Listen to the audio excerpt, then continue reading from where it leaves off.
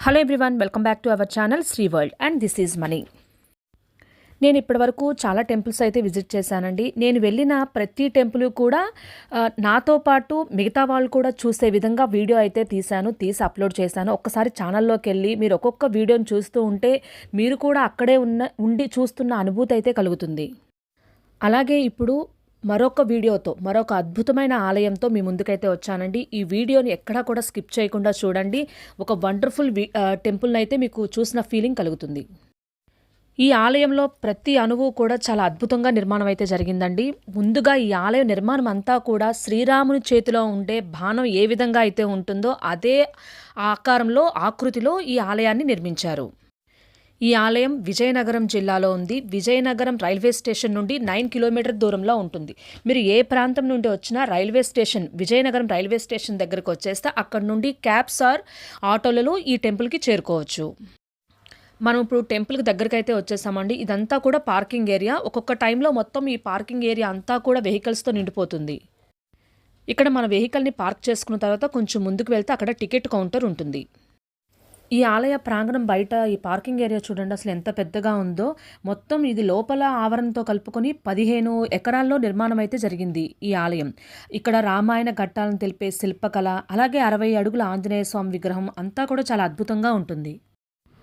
ఇప్పుడు ఇక్కడ మీరు చూసినట్లయితే టెంపుల్ మెయిన్ ఎంట్రన్స్ గేట్ అనమాట. ఇది ఆర్చ్ పెద్దగా కనిపిస్తుంది కదండి, ఇదే టెంపుల్ యొక్క మెయిన్ ఎంట్రన్స్. ఇక్కడ నుండి మనం లోపలికి వెళ్తాం. ఇక్కడ సెక్యూరిటీ వాళ్ళు మనం తీసుకున్న టికెట్ని చెక్ చేసి లోపలికి పంపిస్తారు.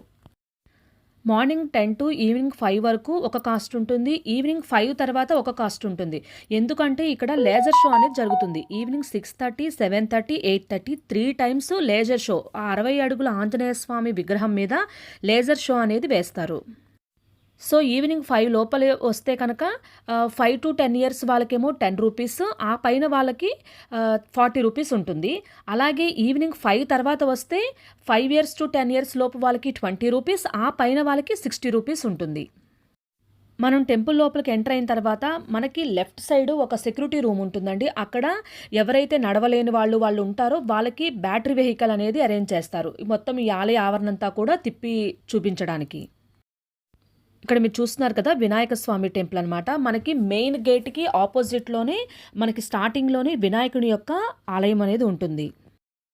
ఈవినింగ్ ఎవరైనా 3 తర్వాత వచ్చారంటే కనుక మొత్తం ఈ టెంపుల్ అంతా కూడా ప్రతి ఒక్కటి చూసుకుంటా, అలాగే ఆ ఈవినింగ్ 6:30కి ఏదైతే లేజర్ షో స్టార్ట్ అవుతుందో ఆ లేజర్ షోను కూడా చూసుకొని వెళ్ళొచ్చు. అసలు సాయంత్రం 6 తర్వాత అయితే మాత్రం టెంపుల్ అంతా కూడా చాలా అద్భుతంగా ఉంటుందండి. అంత లైటింగ్స్ అన్నీ కూడా వెలిగి దేదీప్యమానంగా మొత్తం మనం ఏదో ఒక కొత్త ప్రపంచంలో ఉన్నామన్న ఫీలింగ్ అయితే కలుగుతుంది. మీరు ఇక్కడ ఈ బోర్డు దగ్గర చూసినట్లయితే మనం ఇక్కడ ఈ టెంపుల్ ఆవరణ మొత్తంలో ఎక్కడ ఏమున్నాయి, ఏం చూడాలి అన్నీ కూడా ఆ డైరెక్షన్స్ పెట్టి మనకి ఇక్కడ వే అనేది చూపిస్తున్నారు. ఈ గార్డెన్ ఏరియా అంతా కూడా రకరకాల ఫ్లవర్స్తో చాలా బాగుందండి. మొత్తం టెంపుల్ ఆవరణ అంతా కూడా నిదానంగా నడుచుకుంటూ వెళ్తూ ఉంటే, ఒక్కొక్కటి చూసుకుంటూ ఉంటే అసలు మనం ఇంత అద్భుతమైన టెంపుల్ని ఖచ్చితంగా చూడాలి అని అనిపిస్తుంది. మనం అక్కడ ఎంట్రీ గేట్ నుంచి ఇలా ముందుకు వస్తే మనకి ఇక్కడ ఎగ్జిట్ గేట్ ఒకటి కనిపిస్తుందండి. మనం మొత్తం అంతా టెంపుల్ అంతా చూసిన తర్వాత ఇదే ద్వారం గుండా బయటకు వెళ్తాం.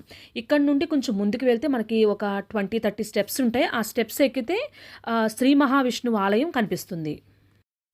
ఇక్కడ నుంచి చూస్తుంటే చూడండి ఆంజనేయ స్వామి విగ్రహం ఎంత చక్కగా కనిపిస్తుందో. అది మొత్తం 60 అడుగుల ఎత్తు ఉంటుందంటండి. ఇక్కడ ఒక విగ్రహంలో రూపంలో ఉన్నారు చూడండి.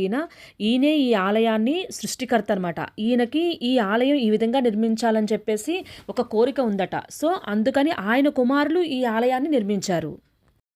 ఈ ఆలయం ఏ విధంగా ఉందో ఇక్కడ ఒక బోర్డు పెట్టారు చూసారా అండి. ఇక్కడ మొత్తం ఈ ఆలయం అంతా కూడా ధనస్సు ఆకారంలో, రాముని యొక్క విల్లు ఆకారంలో ఉందంట.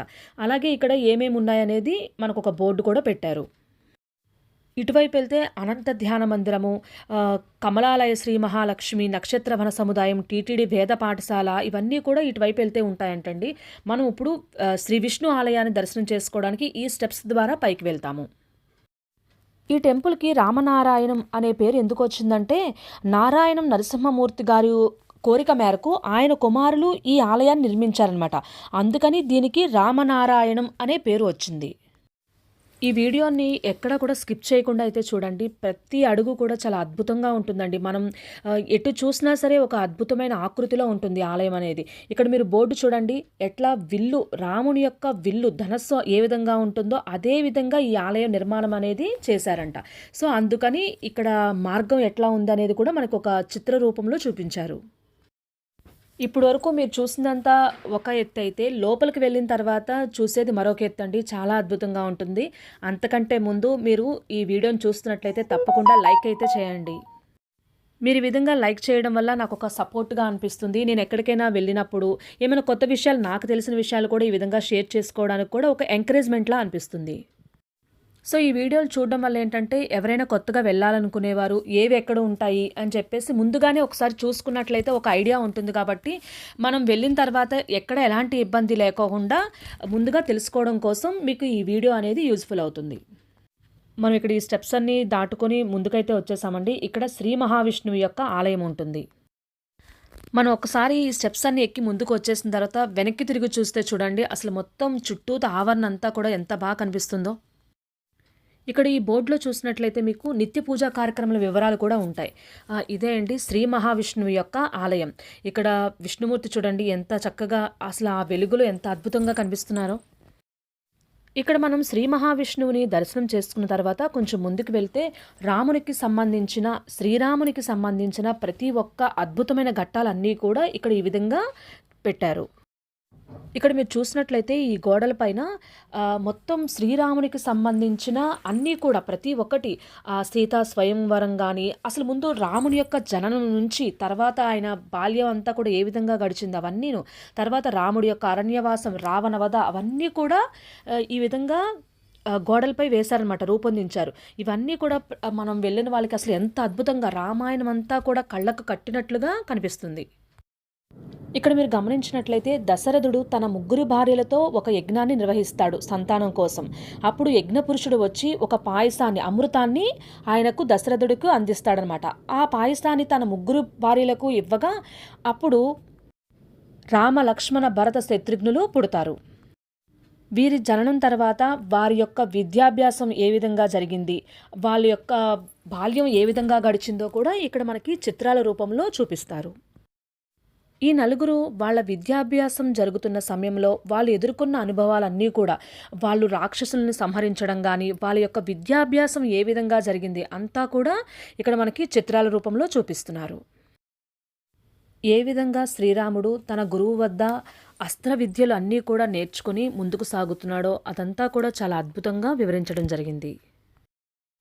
తర్వాత సీతాదేవి ఒక చెక్క పెట్టెలో దొరుకుతుంది కదండి. ఆ చెక్క పెట్టెలో ఏ విధంగా దొరికింది అదంతా కూడా చూడండి. చక్కగా ఆయన ఒక పొలాన్ని దున్నుతున్నప్పుడు ఏదో నిర్మాణం చేస్తున్న సమయంలో ఆ పెట్టెలో ఆ సీతాదేవి దొరకడం, తర్వాత ఆ సీతాదేవిని శ్రీరాముడు చూడడం, అక్కడ శ్రీరాముడు సీతల కళ్యాణం, ఇవన్నీ కూడా చూడండి ఒక్కొక్కటి కూడా మన కళ్ళకు కట్టినట్టుగా, మనం అక్కడే ఉండి ఏదో శ్రీరాముని కాలంలో ఉన్నట్టుగా అనిపిస్తుంది ఈ దృశ్యాలన్నీ చూడడం వల్ల. ఇప్పటి కాలంలో ఏంటంటే పిల్లలకి ఈ రామాయణ భారతాలు అంటే ఏంటో కూడా తెలియదు. ఇలాంటివన్నీ మనం చూపించడం వల్ల రామాయణం అంటే ఇది, రామాయణంలో ఈ విధంగా జరిగింది, అవన్నీ కూడా వాళ్ళకి తెలుస్తాయి అన్నమాట. శ్రీరాముని అడవులకి పంపించడానికి దశరథుని కైకేయి అడుగుతుంది చూడండి ఏ విధంగా అడుగుతుందో. తర్వాత ఆయన శ్రీరాముడు అడవులకి వెళ్ళడం, ఈ దృశ్యాలన్నీ కూడా అసలు ఎంత అద్భుతంగా ఉన్నాయో చూడండి ఒక్కొక్కటి. ఇప్పటి వరకు మనకి ఇక్కడ బాలకాండ, అయోధ్యకాండ అయిపోయిందండి. అరణ్యకాండంలోకి అయితే వచ్చేసాము. ఇక్కడ శ్రీరాముడు అరణ్యానికి ఏ విధంగా వనవాసానికి వచ్చాడు, సీతా లక్ష్మణ సమేతంగా ఇక్కడ ఏ విధంగా గడిపాడు, అవన్నీ కూడా మనకి చిత్రాల రూపంలో చూపిస్తున్నారు. ఇంకా ఇక్కడ చూస్తే శూర్పణఖ రావడం, శూర్పణఖ వస్తే లక్ష్మణుడు వెంటపడి తన ముక్కు చెవులు ఖండించడం, ఆమె వెళ్ళి రావణుడి దగ్గరికి రావడం, రావణుడు సీతాదేవిని అపహరించుకోవడం, ఇదంతా మనకి కళ్ళకు కట్టినట్టు ఏ విధంగా చూపించారో చూడండి. ఇక్కడ మనకి సీతాదేవిని తీసుకెళ్ళినంత వరకు ఉంటుందండి. తర్వాత మధ్యలో మనకి 60 అడుగుల ఆంజనేయ స్వామి విగ్రహం ఉంటుందన్నమాట. ఇక్కడే లేజర్ షో అనేది జరుగుతుంది. ఈవినింగ్ 6:30 తర్వాత 6:30, 7:30, 8:30కి లేజర్ షో జరుగుతుంది. అక్కడ నుండి మనం కొంచెం ముందుకు వస్తే మళ్ళీ నెక్స్ట్ శ్రీరాముని యొక్క ఆ మధురమైన అద్భుతమైన ఘట్టాలన్నీ కూడా మళ్ళీ మనకి ఈ విధంగా వర్ణించుకుంటూ వెళ్తారు. అక్కడ ఆంజనేయ స్వామి 60 అడుగుల విగ్రహం ఉందేంటంటే సీతాదేవిని తీసుకెళ్ళినంత వరకు కూడా ఉంటుంది. తర్వాత ఇక్కడేంటంటే సీతాదేవిని తీసుకువెళ్ళిపోయిన తర్వాత సీతాదేవిని వెతుక్కుంటూ శ్రీరాముడు ఏ విధంగా వచ్చాడు, ఆంజనేయ స్వామిని ఎలా కలిశాడు, ఆంజనేయ స్వామి ఏ విధంగా శ్రీరాముడికి హెల్ప్ చేశాడు, సీతాదేవిని ఎలా కనిపెట్టాడు అంతా కూడా మనకి ఇక్కడ ఈ మొత్తం ఈ ఆయిల్ పెయింట్ రూపంలో మనకి నిర్మించడం అనేది జరిగింది. ఇక్కడంతా కూడా మనకు ఆంజనేయ స్వామి యొక్క లీలలు కనిపిస్తూ ఉంటాయన్నమాట. మొత్తం ఆయన ఏ విధంగా సీతాదేవిని వెతుక్కుంటా వెళ్ళారు, అక్కడ ఈ రామసేతు ఏ విధంగా నిర్మించారు, మొత్తం ఇక్కడ తర్వాత రావణుడితో యుద్ధం ఏ విధంగా జరిగింది, అదంతా కూడా మనకి కళ్ళకు కట్టినట్లుగా అసలు చాలా అద్భుతంగా ఈ ఆయిల్ పెయింట్లో అయితే వేశారు. మీరు ఇక్కడ చూసారు కదండి, వీడియో అంతా కూడా చాలా అద్భుతంగా ఉందండి. ఆ మధ్యలో అయితే ఆంజనేయ స్వామికి 60 అడుగుల విగ్రహం పైన వేసే లేజర్ షో ఏదైతే ఉంటుందో అదైతే చాలా అద్భుతంగా ఉంటుందండి. దానికి సంబంధించి నేను మరొక వీడియో అయితే చేస్తాను. మొత్తం మనకి రామాయణంలో ఉన్న 7 కాండాలు కూడా ఏవేవంటే బాలకాండ, అయోధ్యకాండ, అరణ్యకాండ, కిష్కింధకాండ, సుందరకాండ, యుద్ధకాండ మరియు ఉత్తరకాండ ఇదన్నీ కూడా మనకి ఈ ఆయిల్ పెయింట్స్లో వేసి అసలు చాలా అద్భుతంగా రామాయణం అంతా కూడా మనకి కళ్ళకు కట్టినట్టుగా ఇక్కడ నిర్మించారు. మనకి 7 కాండాల్లో కూడా రాముడు ఏ విధంగా పితృవాక్య పరిపాలకుడిగా ఎలా నిలిచాడో, ఏక పత్నివ్రతుడుగా ఉన్నాడో, ఆదర్శ పాలకుడిగా ఏ విధంగా నిలిచాడో అంతా కూడా మనకి కళ్ళకు కట్టినట్టుగా చూపించారు. మనం ఇక్కడ ఆయిల్ పెయింట్లో ఉన్న ఈ రామాయణం మొత్తం చూసిన తర్వాత ఇలా ముందుకు వెళ్తే ఇక్కడ చూడండి, అసలు మేము ఇంకా వచ్చే 7 అయిపోయింది టైము. మొత్తం అంతా కూడా ఎంత అద్భుతంగా ఉందో చూడండి. మొత్తం ఫుల్ వెలుగుతో ఇక్కడ శ్రీ మహావిష్ణువు యొక్క సుదర్శన చక్రం ఏ విధంగా ఉంటుందో అలా ఉంది చూడండి. మొత్తం ఫుల్ ఆఫ్ లైటింగ్స్ అండి. అసలు టెంపుల్ అంతా చూస్తుంటే కూడా ఏదో దీపావళి పండగ జరుగుతుందేమో అన్నట్టుగా ఉంది ఆ లైటింగ్తో. ఇక్కడ సీతారామ సహిత ఆంజనేయ స్వామి విగ్రహం అయితే ఉంటుందండి. ఈ స్వామిని దర్శనం చేసుకున్న తర్వాత ఇంకా మనం ఇక్కడ స్టెప్స్తో ముందుకు వెళ్తే కిందకు వెళ్ళిపోతాము.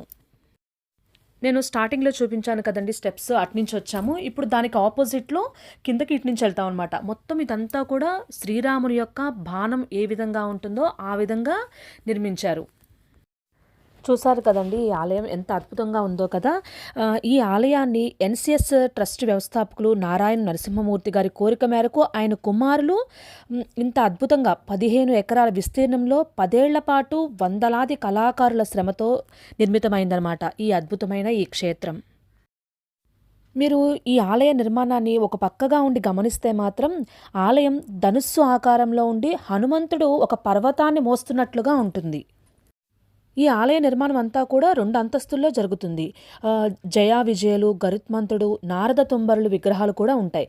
మెట్ల వద్ద 16 అడుగుల శ్రీ మహాలక్ష్మి, శ్రీ సరస్వతి విగ్రహాలు మీరు చూస్తే కనిపిస్తున్నాయి చూడండి, పక్కన సరస్వతీదేవి విగ్రహం. ఇవన్నీ కూడా నిర్మించి అసలు ఇవన్నీ కూడా ఒక అద్భుతమైన కట్టడాలుగా చెప్పొచ్చు. నిర్మాణం అంతా అయిన తర్వాత ఈ ప్రాంగణాన్ని 2014లో అత్యంత వైభవంగా ప్రారంభించారంటండి. ఈ కార్యక్రమానికి చాగంటి కోటేశ్వరరావు గారు, గరికపాటి నరసింహారావు గారు వంటి ప్రముఖ ప్రవచనకర్తలు కూడా వచ్చారట. మొత్తం ఈ ఆలయం అంతా కూడా చాలా అద్భుతానికే మారుపేరు అన్నట్టుగా ఉందండి. వాల్మీకి రామాయణంలోని విశేషాలు ఏవైతే ఉన్నాయో వాటిని ఆ 72 ఘట్టాలకు విభజించి వాటిని అందమైన విగ్రహాలు, చిత్రాల ద్వారా ఇక్కడ ప్రదర్శించారు కదా. అవన్నీ చూస్తుంటే మనం రామాయణ కాలానికి వెళ్ళామేమో అనిపిస్తుంది. అలాగే ఈ ప్రాంగణంలోనే తిరుమల తిరుపతి దేవస్థానం వారి సహకారంతో నడిచే ఒక వేద పాఠశాల కూడా ఉంది. ఇందులో విద్యార్థులకు వేద విద్యను అందిస్తారు. ఈ ఆలయం అంతా ఒక ఎత్తు అయితే ఇక్కడ మనకి కనిపించే ఈ ప్రాంగణ మధ్యలో ఉన్న సుమారు 60 అడుగుల ఎత్తైన భారీ హనుమంతుడి విగ్రహం ప్రత్యేక ఆకర్షణగా నిలుస్తుంది. అలాగే ప్రతిరోజు సాయంత్రం 6:30కి జరిగే ఈ లేజర్ షో ప్రోగ్రాం అయితే ఇంకా అద్భుతంగా ఉంటుందండి. ఈ ఆలయం ప్రతిరోజు ఉదయం 9 గంటల నుండి రాత్రి 9 గంటల వరకు సందర్శకులకు అందుబాటులో ఉంటుంది. టెంపుల్ మొత్తం చూశారు కదండి. ఈ వీడియో పట్ల మీ అభిప్రాయాన్ని కామెంట్ రూపంలో తెలియచేయండి. అలాగే నేను విజయనగరంలో ఉన్న మరొక ఆలయం రామతీర్థం, అది చాలా పురాతనమైన ఆలయం అండి. అలాగే ఆ రామతీర్థంకి సంబంధించిన ఒక ఫుల్ వీడియో అయితే అప్లోడ్ చేశాను, అది కూడా నేను ఇక్కడ డిస్క్రిప్షన్లో ఇస్తాను. అలాగే బోడికొండ, ఈ రామతీర్థం పక్కనే బోడికొండ అని చెప్పేసి ఉంటుంది, పైన కూడా రామాలయం అనమాట. అది కూడా చాలా పురాతన ఆలయం. దానికి సంబంధించిన ఫుల్ వీడియో కూడా నేను అప్లోడ్ చేశాను, అది కూడా నేను ఇక్కడ డిస్క్రిప్షన్లో లింక్ ఇస్తాను, తప్పకుండా చూడండి. సో ఈ వీడియో మీకు నచ్చినట్లయితే మీ ఫ్రెండ్ అండ్ ఫ్యామిలీ మెంబర్స్కి షేర్ చేయండి. Thank you.